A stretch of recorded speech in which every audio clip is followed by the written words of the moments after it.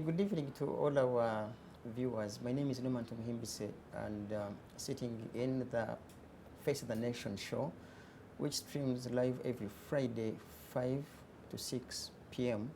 on all our social media pages, or call them handles. On Facebook, we are Alternative Digitalk. On YouTube, Alternative Digitalk as well. Instagram, and also TikTok, and the rest of the social media handles. Today is another blessed day, Friday, 5 p.m. We are humbled to have with us a senior citizen, first of all, senior counsel, an opinion leader, an advocate, of course, of High Court, but most importantly, an activist, or call him a human rights defender, who has defended rights through his legal practice. With us is Senior Counsel Ladislause Rwakafuzi. The last time we had him, some good months ago, he shared a lot of things that were very informative, a reason for which our viewers considered and asked us to look for him once again so that he can share with us his opinion on the sequence of events. We all know elections were done some good days ago, and so many things happened. So I want to hear from a senior citizen to give us his political opinion, the legal opinion, human rights point of view, to mention but a few. Counsel Rwakafuzi, say hello to the Digitalk viewers, sir, and then we shall proceed from there. Hello, netizens of the world. I'm Endlessly-Csl Kiiza Rwakafuzi, an advocate of the High Court of Uganda.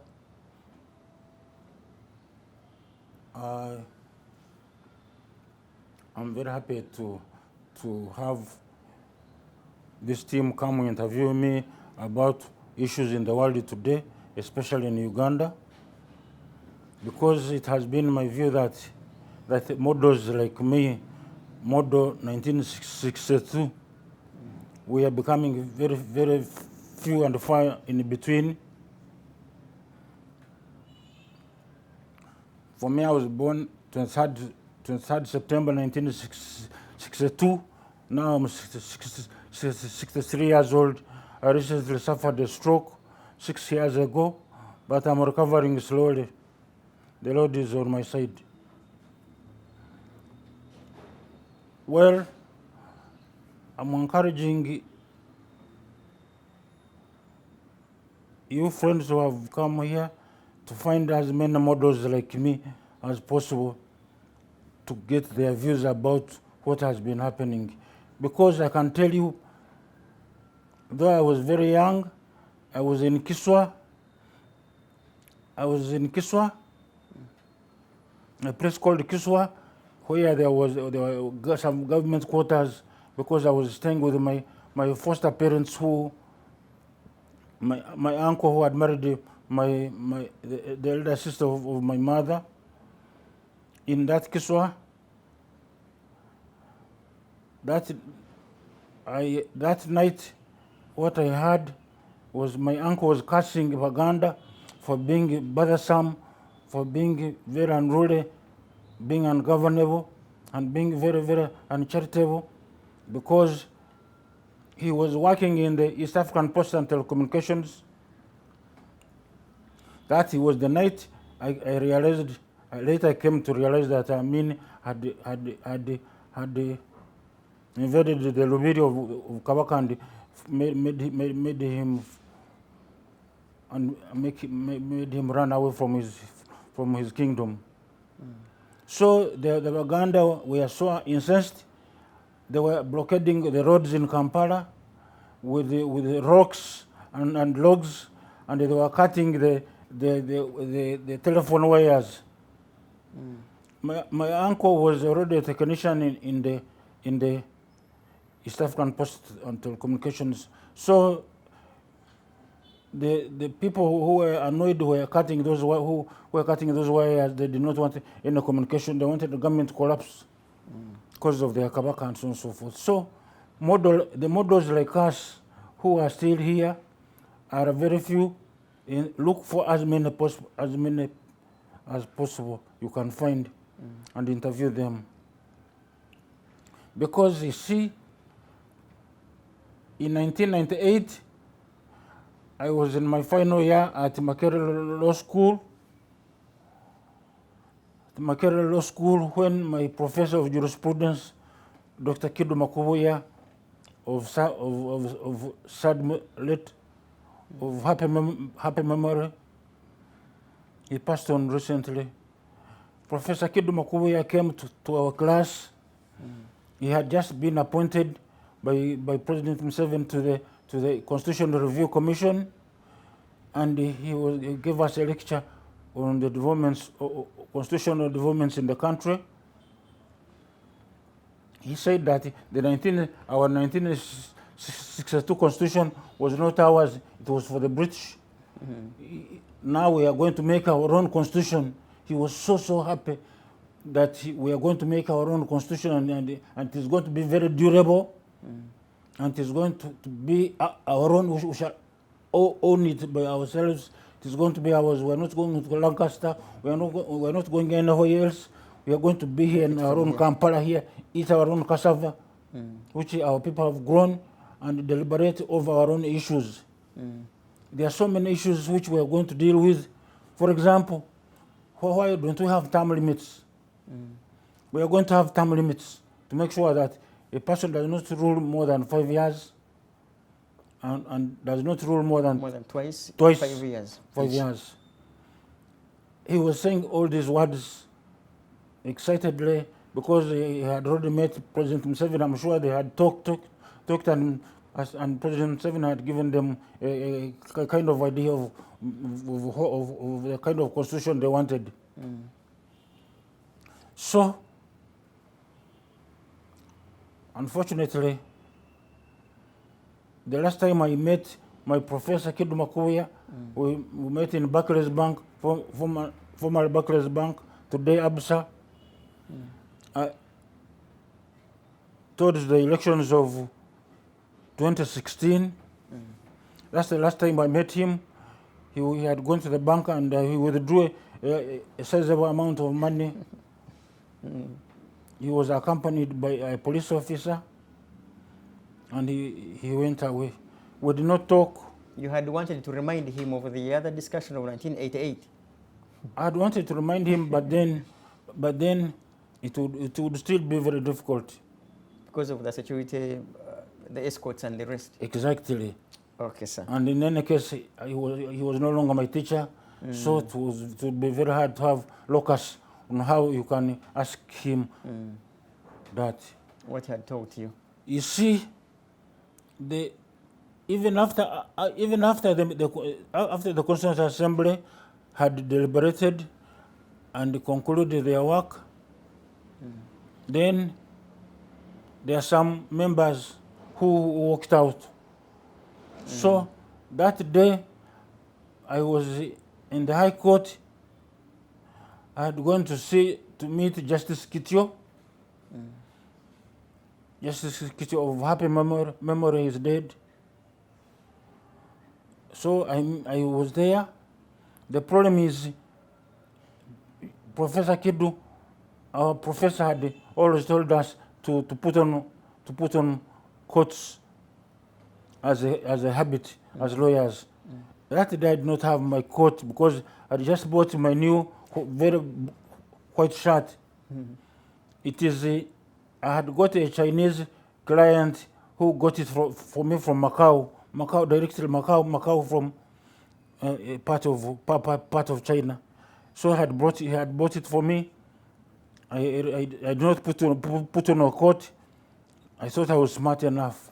But so when I met him, I remembered that he had insisted that we should put on our coats. So I feared to talk to him.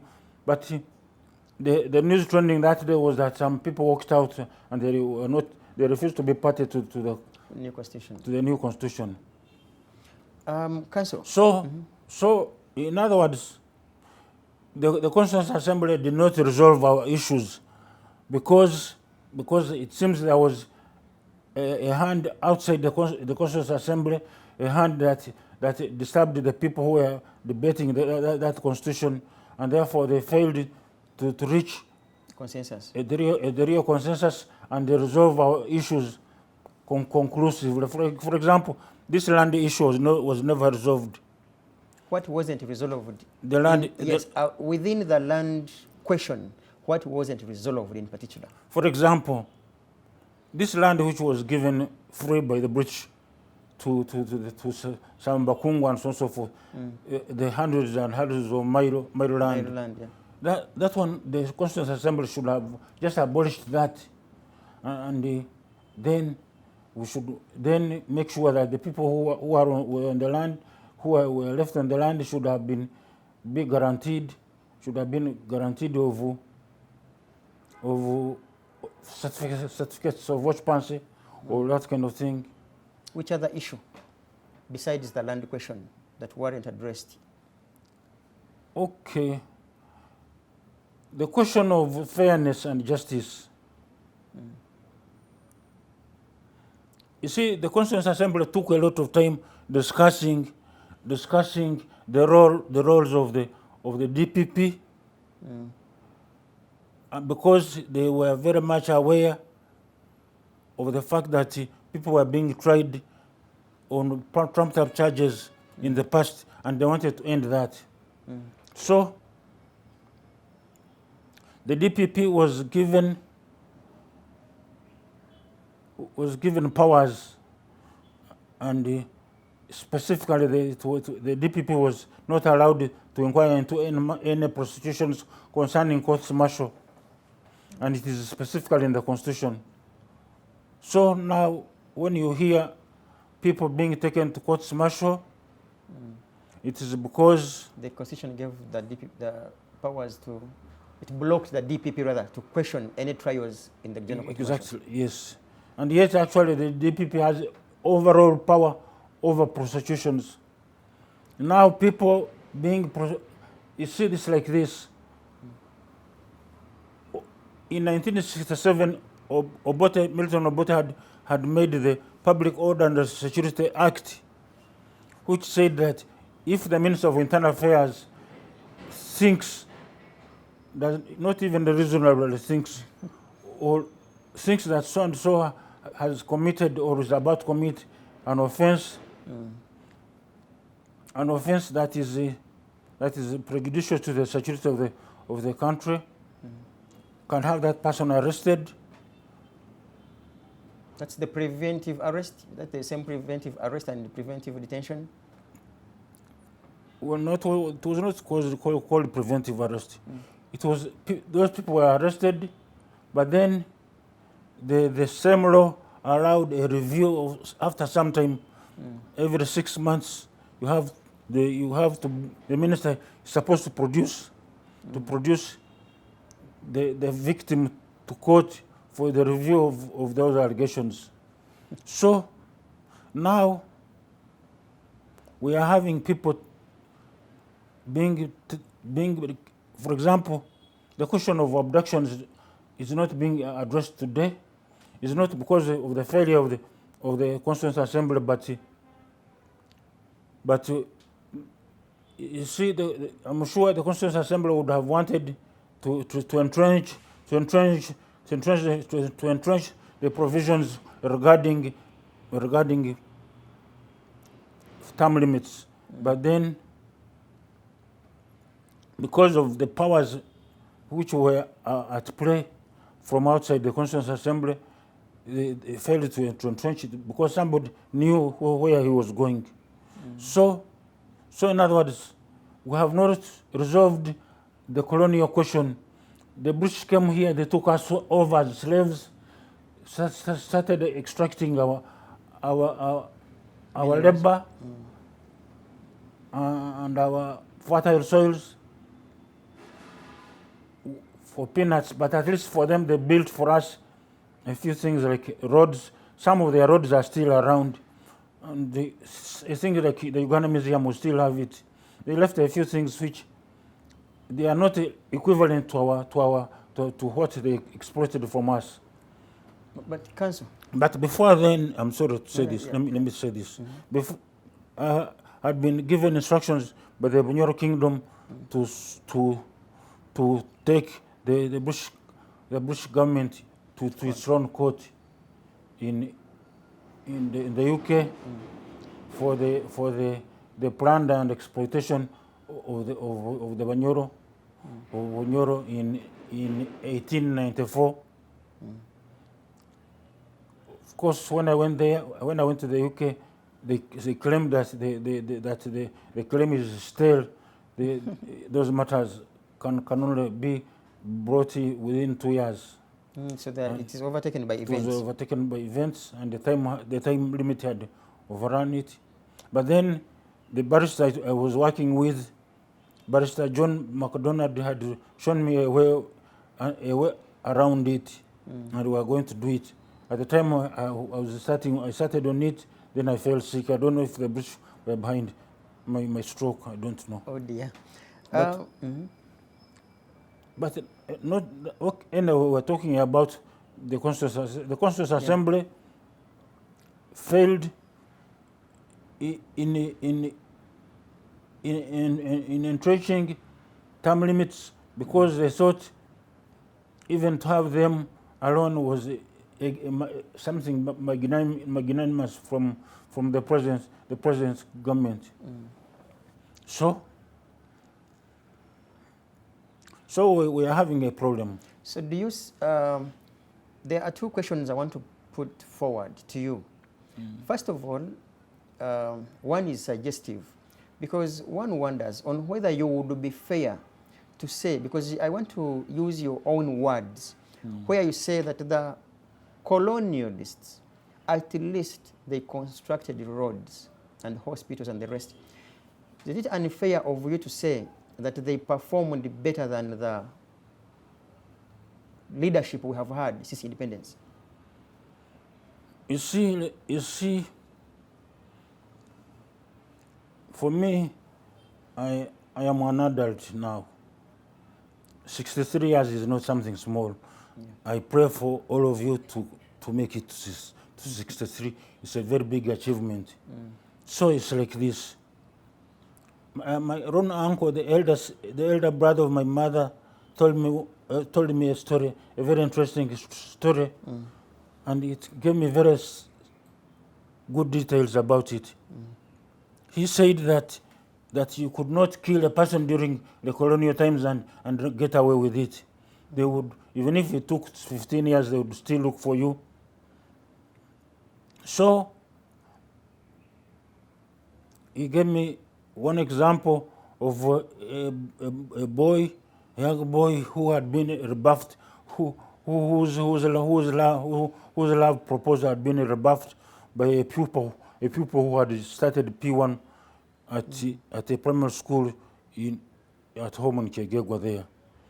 So this young man, the young lady had just started school, and the teachers were asking them, what do you want to be? For her, she said she wanted to drive the train. And so this boy, so this girl told the boy, I'm not ready for marriage now, I'm going to drive the train. So the boy felt demeaned so much. He burnt the house in which the girl was, and the girl died. Sad. So then the boy ran away, escaped from jurisdiction. Actually, it is said that he went to Tanzania. And my uncle is telling me after 15 years, actually, not even before 15, before that very day of the death of the girl, before the girl was buried, my grandfather, the father of my mother, who was a Muluka chief, the Muluka chiefs in those days acted as magistrates. All magistrates in Uganda are supposed to be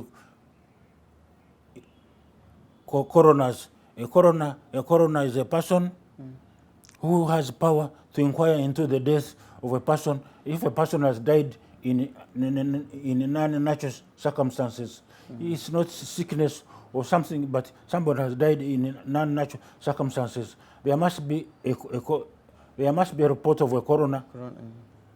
So there was a coroner which was, there was an inquest which was carried out by my grandfather.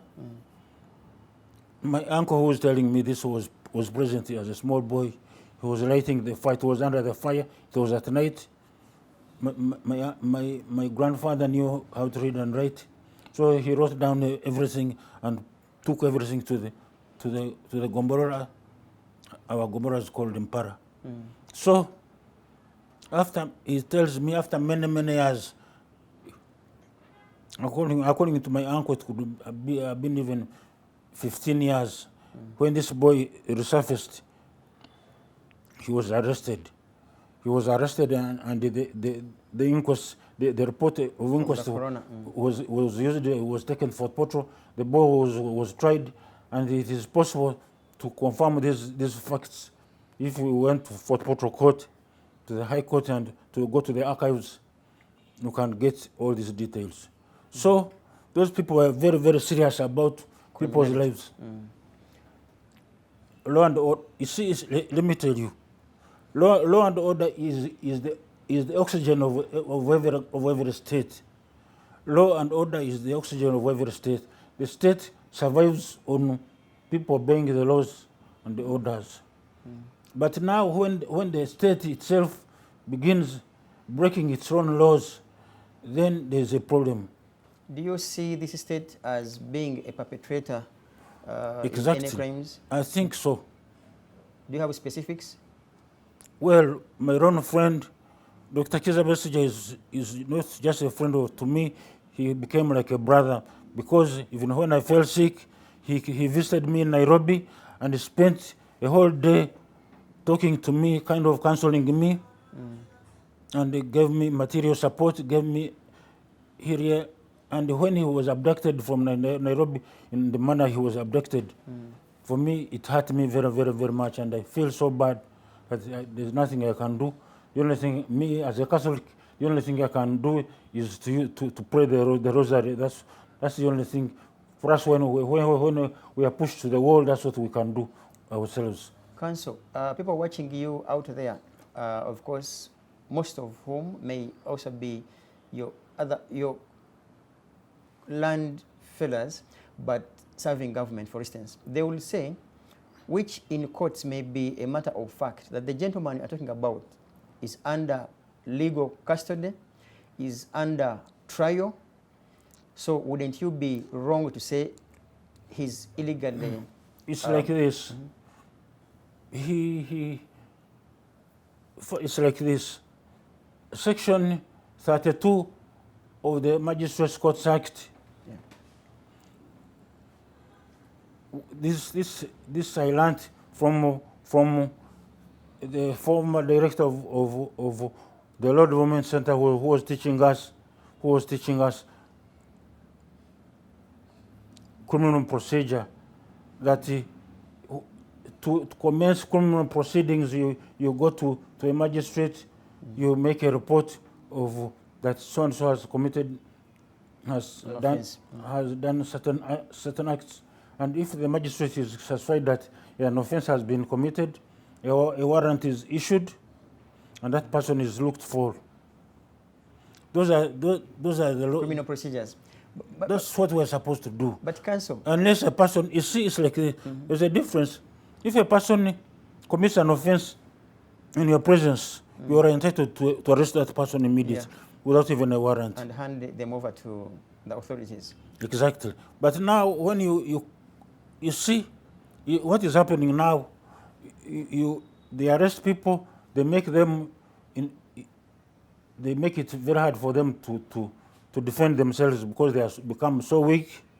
Either they are tortured. You see, it's like this. A person should be able to speak, to defend himself.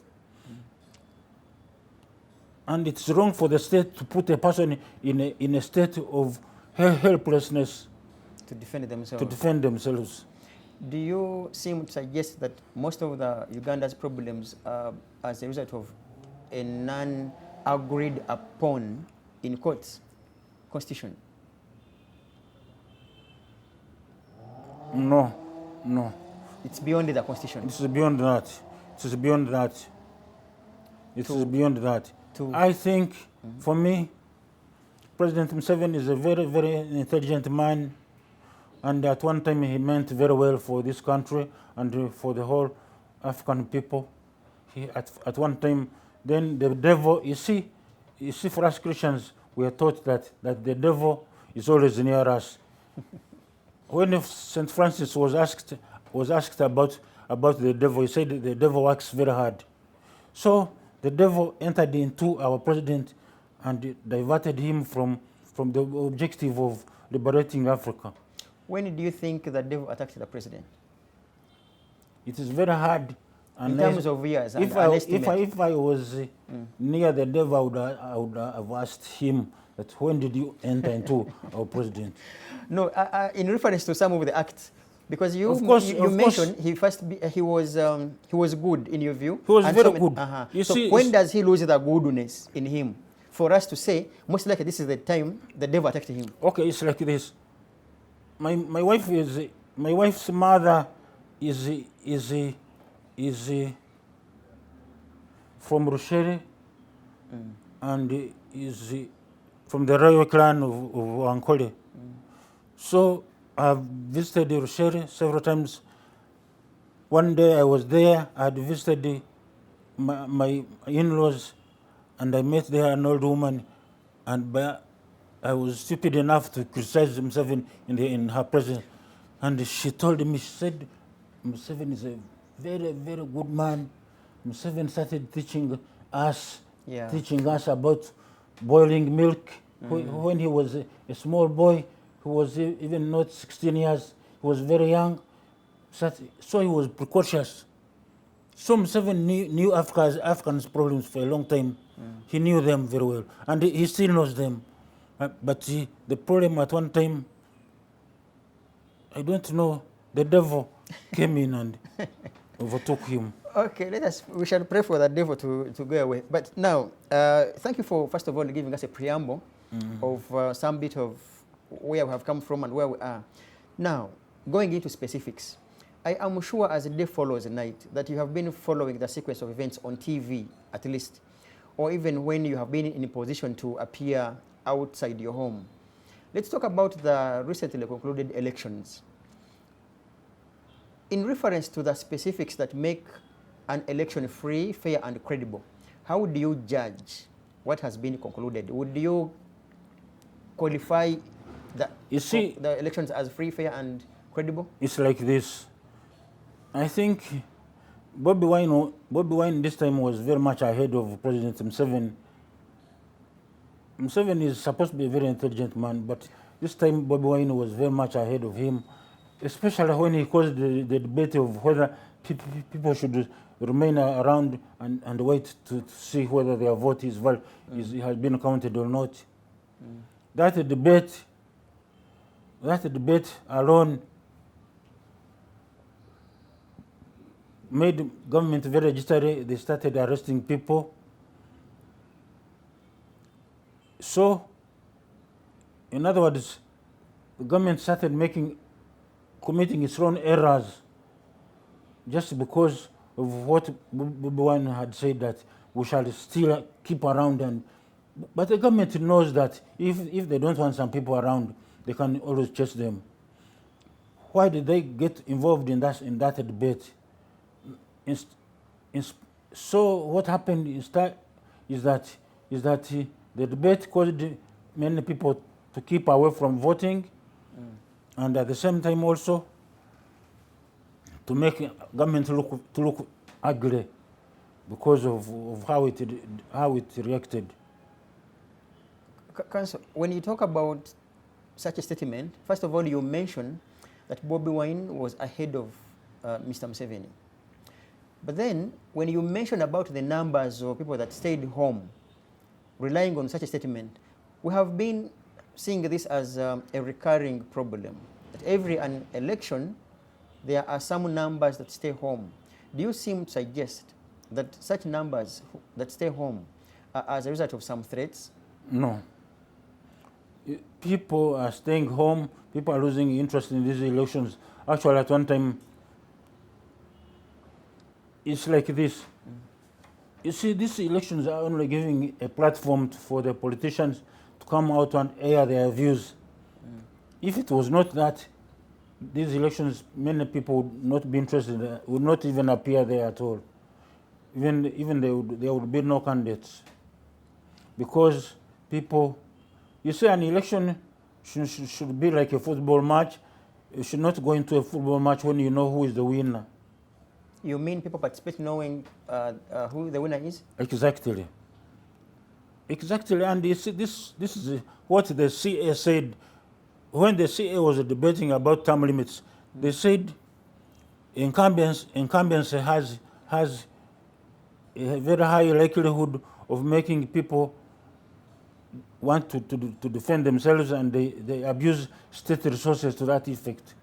So that's why the CA said that we should not have term limits, and the president was okay with that at that time. Though for him, he knew that the constitution they were making was flexible and it can be amended. In regards to the very matter I have mentioned, who do we blame for the lower voter turnout? We blame President Museveni because, you see, it's like this. Our elections look like a war. It's very hard to define our elections as a civil activity. It's like a war. Guns come out blaring. Soldiers put on their uniform. Even those ones with whom we eat cassava every evening, now you see them in uniform with guns. So it is a problem. Every election looks like a war, and it's very, very, very, it is not a civil activity, and therefore what the Constitution said, that the power belongs to the people, is something laughable. It's no longer a fact, because people are not free to elect their leaders anymore. Now, one would want to interrogate the very point of view. You say power doesn't belong to people, but you will have people go renew their eligibility to vote. Their national IDs. National IDs, then voter register, of course, to update their voter eligibility.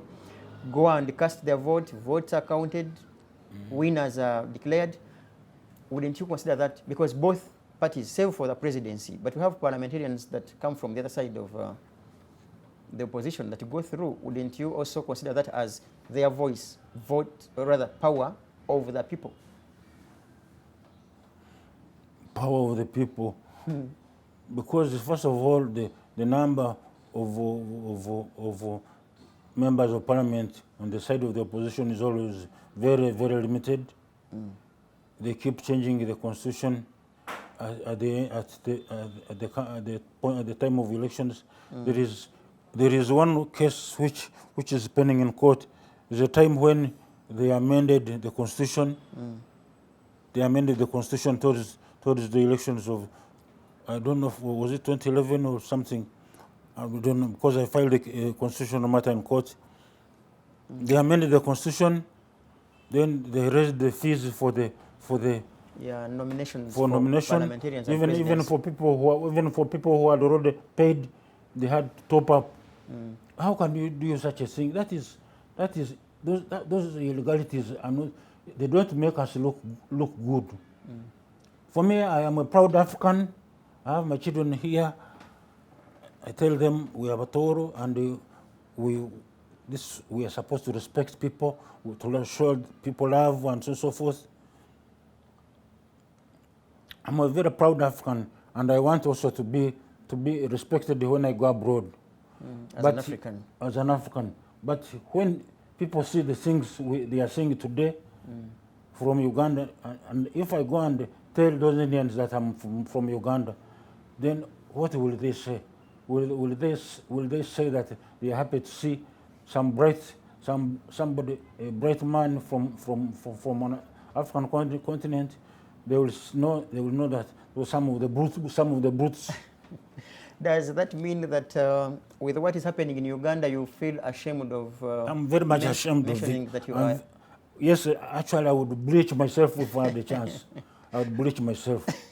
Okay, before you bleach yourself, Counsel, And even amend my names change them to something. Radicious White, something. You know, or Radicious something.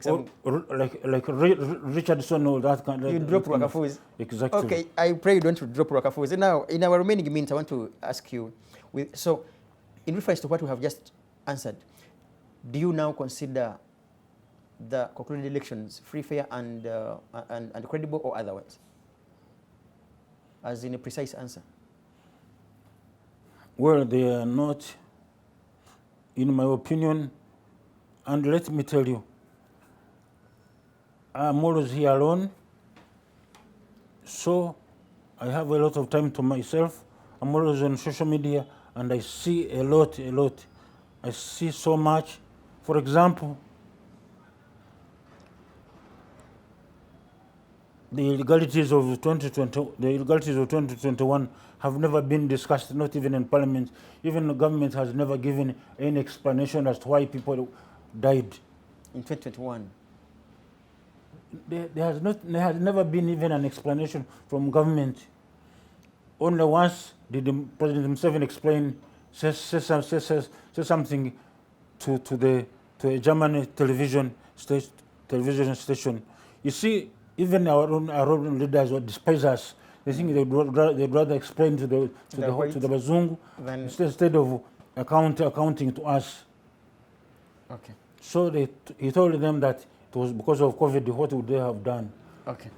I want to refer you to what is a fact, that by our laws there is the doctrine of separation of powers. And therefore, as a constitutional lawyer, that is your area of expertise. Of late, which literally is more or less the norm, we have seen the Chief Justice, the newly appointed Chief Justice, take oath from the President's home. Do you think that is likely to interfere with that doctrine? The place of the oath would not of itself interfere with the independence of the judiciary. The judiciary, we have people in the judiciary, a handful of judges and magistrates who know that they owe their power to the Constitution and to God, and they do their work very well. But those who decided to be derailed, to be one-sided, they are wrong. Okay. Your president, Uganda Law Society. Yes, Samakade, my friend. Should we say he's on the run, he's in exile? What do you think can be done to solve what seems like a very, very, very harsh friction between your council, rather society, law society, and the judiciary? Well, you see, we need a bar bench discussion. We need lawyers to meet the judges over a cup of coffee, which should be at the cost of the Uganda Law Society. We can buy it ourselves and feed our judges with coffee, and we discuss these matters and hear them out, and be open to each other. And because you see, it's like this, our judges don't want to be criticized. Okay, it is human not to accept criticism. It is human, but it is very necessary to have the humility, especially when you are a public servant. A public servant should have the humility to know that he is serving the public, and that he is accountable to the public, and that they can criticize him. I think we can have a coffee And resolve your and resolve issues. these matters. One thing is that our judges should know that they should be criticized because they are public servants and that they are human beings.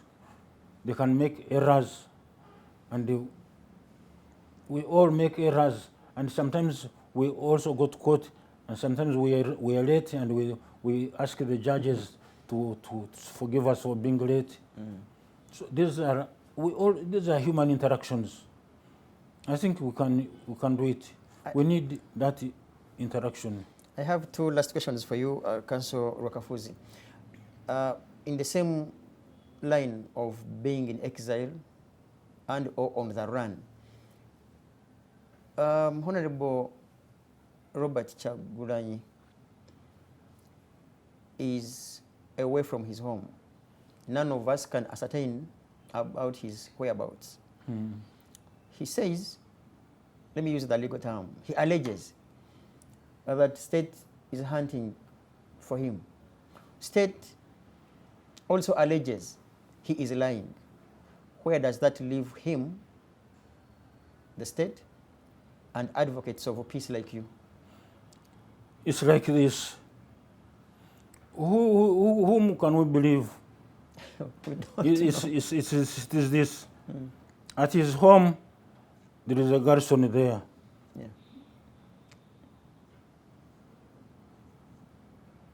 His usual people, the Shamba boys and so forth, the house girls are not there.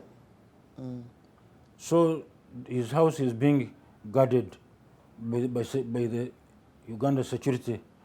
Why are they doing that? And you see, another thing is this. You see, there is a pattern now I'm seeing. Since 2016, there is a pattern I'm seeing of mistreating people who have... Yes, exactly. 2016, you remember the Masaka Panga thing. It started immediately after the immediately after the elections. At that time, Besigye had been flown to Karamoja. Yeah. He was about to be executed from there, but the Lord intervened. So now, this time, then the 2021 also, there were The same. Pangas in Masaka again. You see, there's one case I filed about the Masaka Pangas of 2016. That case is still pending in the High Court. It was about a person who was forced to say that we were behind it, to accept that they were behind it. The case is there in the High Court. How would we have that solved? That after an election, a competitor in the same election can still be at peace with the victor? You see, it's like this. The CA had found a solution to this thing. They had put term limits. Now, you see, with term limits, you see, people who are going on retirement are very humble people. Because they know they are going to the public, so they want to live in peace for the years the Lord will give them. So, but now the humility that is demanded by the Constitution of the public servants, of the people who are ruling us, is no longer there, because they are ruling without end. Okay. We have a minute to close, and I cannot go away without asking your opinion, but also in reference to what we all know as a matter of fact, that President Museveni under NRM was declared the victor of the presidential elections. That is the fact now. The winner. He was the winner. The other fact is, unless otherwise, he has his 5 years of presidency come May 12th after he's sworn in. For us who are What do you- believers in God, we cannot be sure with the 5 years. I said unless otherwise. So Unless that's otherwise. a disclaimer. That's the disclaimer. Yeah, unless otherwise.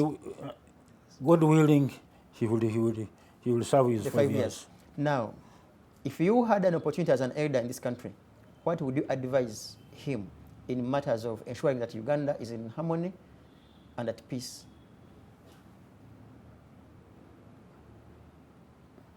Well, for me, it's like this. Our parliament needs to make a law absolving Museveni of any possible crimes he could have committed, and making sure that that is called immunity, offer him immunity by law, so that nobody can ever take him to court for anything. And at the same time, we need to come together as a nation and build and look at our differences and harmonize them. I have grown up in Uganda here. So that's why one day I will tell you another story which will be of interest to the netizens. Okay, now, because you mentioned that Parliament ought to make a law that gives him immunity. Does that suggest that he has committed some crimes? Or it is simply hypothetical? Well, it is like this. You see, let me tell you. Me, I'm a lawyer, yes. If a person came to me and told me that Museveni took my land, I cannot just say that you are lying. I'll have to ask for evidence and so forth. You never know, something could come up, and then our old man is bothered. We want him to live in peace. He has very. You see, let me tell you something else. Me, I lost my father recently when he was already 84, but I loved him so much. He was a very, very good man, and he taught me to love everybody in the country and not to be tribalistic and so forth. And I came to learn that he worked closely with Jolly Joe Kiwanuka. Now Jolly Joe. Isn't he the grandfather to the Attorney General now? To the Attorney General, who is working with my younger brother, who is the Deputy Attorney General. You know, his history is very funny. There are many things we do without knowing the consequences. Life, we don't know what will happen tomorrow. So,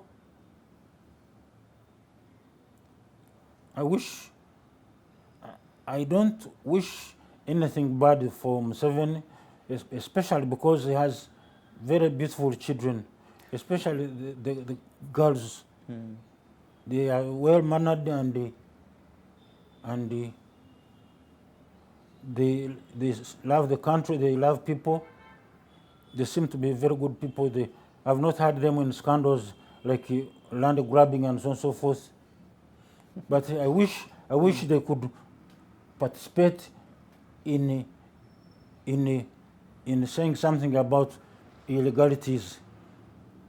People should be arrested under Section 6 of the Criminal Procedure Act, which says that you touch a person like this and say, "I'm arresting you on such and such a ground."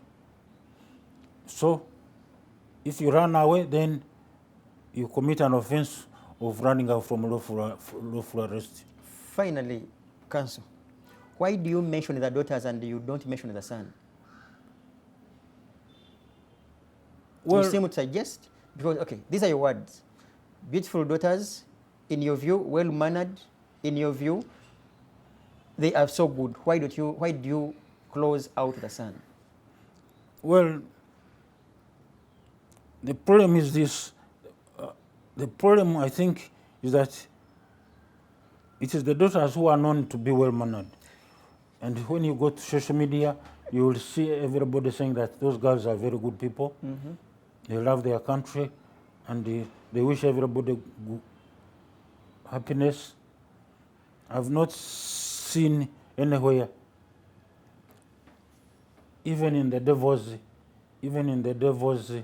social media, saying something good about someone else, other than the girls. I think I can't say more than that. Senior Counsel Rwakafuzi, in law, as you practice, you say have nothing useful to add. And may you allow me also say, I have nothing useful to add until we catch up some other time. Thank you very much. Humbled, sir. I want to suggest Yeah. that please look around for people who are in the CA. They are becoming fewer and fewer. Many of them are going. The retired the retiring Chief Justice now was in the CA. And he seems to be the youngest. Yeah. I think Odoki is also still a very strong man. We look for them as you suggest, and we pray that they also give us reception like you have done, and your other colleagues that is very, very, very important. Okay, sir. And another thing, maybe we need to hear from people who were there in the 60s, if those people who are still present. A person like Professor Juko, he knows a lot. Yeah. What happened at independence, where we went wrong, what we can do. Yeah. You see, we missed our chance in the CA. I'm sorry to take you back. We missed our chance in the CA to rebuild our country, take it away from neo-colonialism. We missed that chance. We can rebuild. We might need another chance. Okay, sir. Our viewers on our social media pages, Returnative Digital, both on YouTube and Facebook and TikTok, we can't thank you enough for your time, but most importantly, your data, hardly earned data.